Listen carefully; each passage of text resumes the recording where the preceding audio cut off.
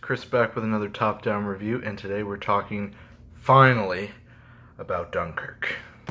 So Dunkirk is the Christopher Nolan war film that basically takes the perspectives of the soldiers that are at this Dunkirk evacuation that takes place during World War II. And it's told from three different perspectives. There's the soldiers and the commanders that are on the beach sort of trying to evacuate and are evacuating everybody. There are these two pilots that are up in the air trying to destroy the German planes. And it also takes place in the sea from the perspective of this father and son who are recruited by England to sort of rescue any remaining soldiers that are scattered from the beaches of Dunkirk and sort of take them back to England with them.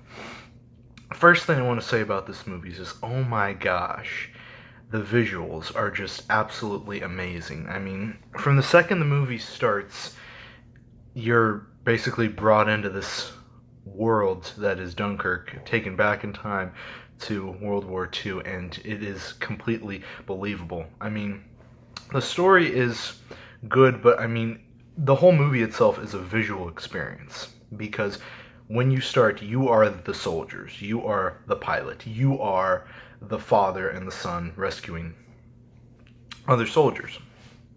And it's beautifully well shot. I mean, from the gunfire of the Germans to like the squatting down to the plane overhead just dropping bombs and everything, it's breathtaking and out of this world, which I absolutely love. Mark Rylance, I have to say, does pretty much the great job. Mark Rylance and Cillian Murphy, who played the Scarecrow and Christopher Nolan's Batman trilogy, they do absolutely amazing. Mark Rylance plays the father who's rescuing people, and he and Cillian Murphy have this great dialogue in the movie where it's just like, oh, we can't go back there, because he's a soldier that has PTSD and everything, and he was rescued in the sea when they were trying to rescue survivors and everything. It's just like, oh, we can't go back there, and then he gets in a scuffle with one of the boys that are on board the ship, and he ends up killing him and everything, but then for his own sake doesn't tell him that he's dead and everything, just because he's already gone through so much with the battle and everything. But just amazing visuals, amazing performances from the actors. It definitely feels like a war film, but has very, very little dialogue, and that's the thing that I stress about this film. If you like dialogue, then this is not the movie for you. If you can't stand a movie without dialogue, then this is not the movie for you.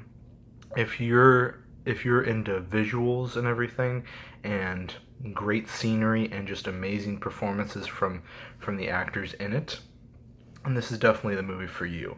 And if you're just a fan of just World War II or war films in general, this is definitely the movie from you. It is an experience. It is told from amazing point of views. Just the fact that it's split up into those three different perspectives as the evacuation of Dunkirk is going on is just amazing. I think it's a great representation of the times that it took place, and I tip my hat off to Christopher Nolan for doing such a great job at it.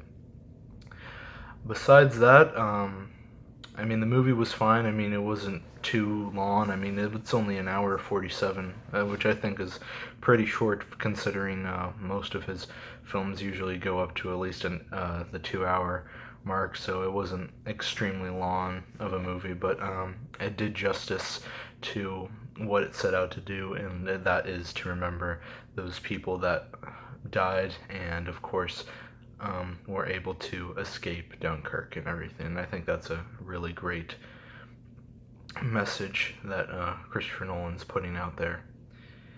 And also, the score is absolutely breathtaking. Obviously, with little dialogue and the battle sequences going on, the one thing that you have to gravitate towards, I think, has to be the score, because the score is just amazing. There's little elements of Christopher Nolan's other movies in there, like there's traces of it's similar to his score from like Inception and Batman and everything, and then the last one is kind of like a little bit of a different vibe than I'm used to hearing, because obviously his collaborator on this film has been the one that he's had on several of his projects. Hans Zimmer does a great job at just building up that intensity of the dog fights and of the people in the water, like surrounded by all this oil, the sea's on fire, and then just it's constant stress. And then from the moment you get into it, from the moment you get out, it's like a joyride of absolute havoc and destruction, but it has a heartfelt message towards the end, and it really feels like you're there in Dunkirk. I was reading some interviews about what some people had said about it, and they said that, I think it was one gentleman who was a veteran of Dunkirk, and he said it felt like he was actually back there on the beach and everything. And I think it's definitely one of the greatest war movies I've ever seen. I would put it next to Saving Private Ryan any day of the week. I mean, it's that good to me. Anyway, so let me know what you guys thought about Dunkirk. This will be a good time to talk about my next movie. My next film review is going to be The Hitman's Bodyguard, which will be on Tuesday, so expect a review out for that. And then post that, I'm likely to do a review on The Defenders and probably any other movies that seem to pique my interest, but those two are probably a definite.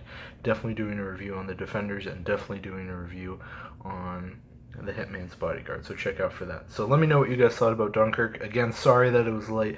I was really hyped to see this one. I'm a big Christopher Nolan fan. I support his work 100%, and I wanted to get this, but times different, circumstances prevented me, but I was able to see it today. Absolutely love it, and highly recommend that. This is definitely worth seeing if you haven't already, which obviously I'm assuming that you have. So yeah, let me know what you guys thought about Dunkirk, and I will see you guys in the next top down review. Adios.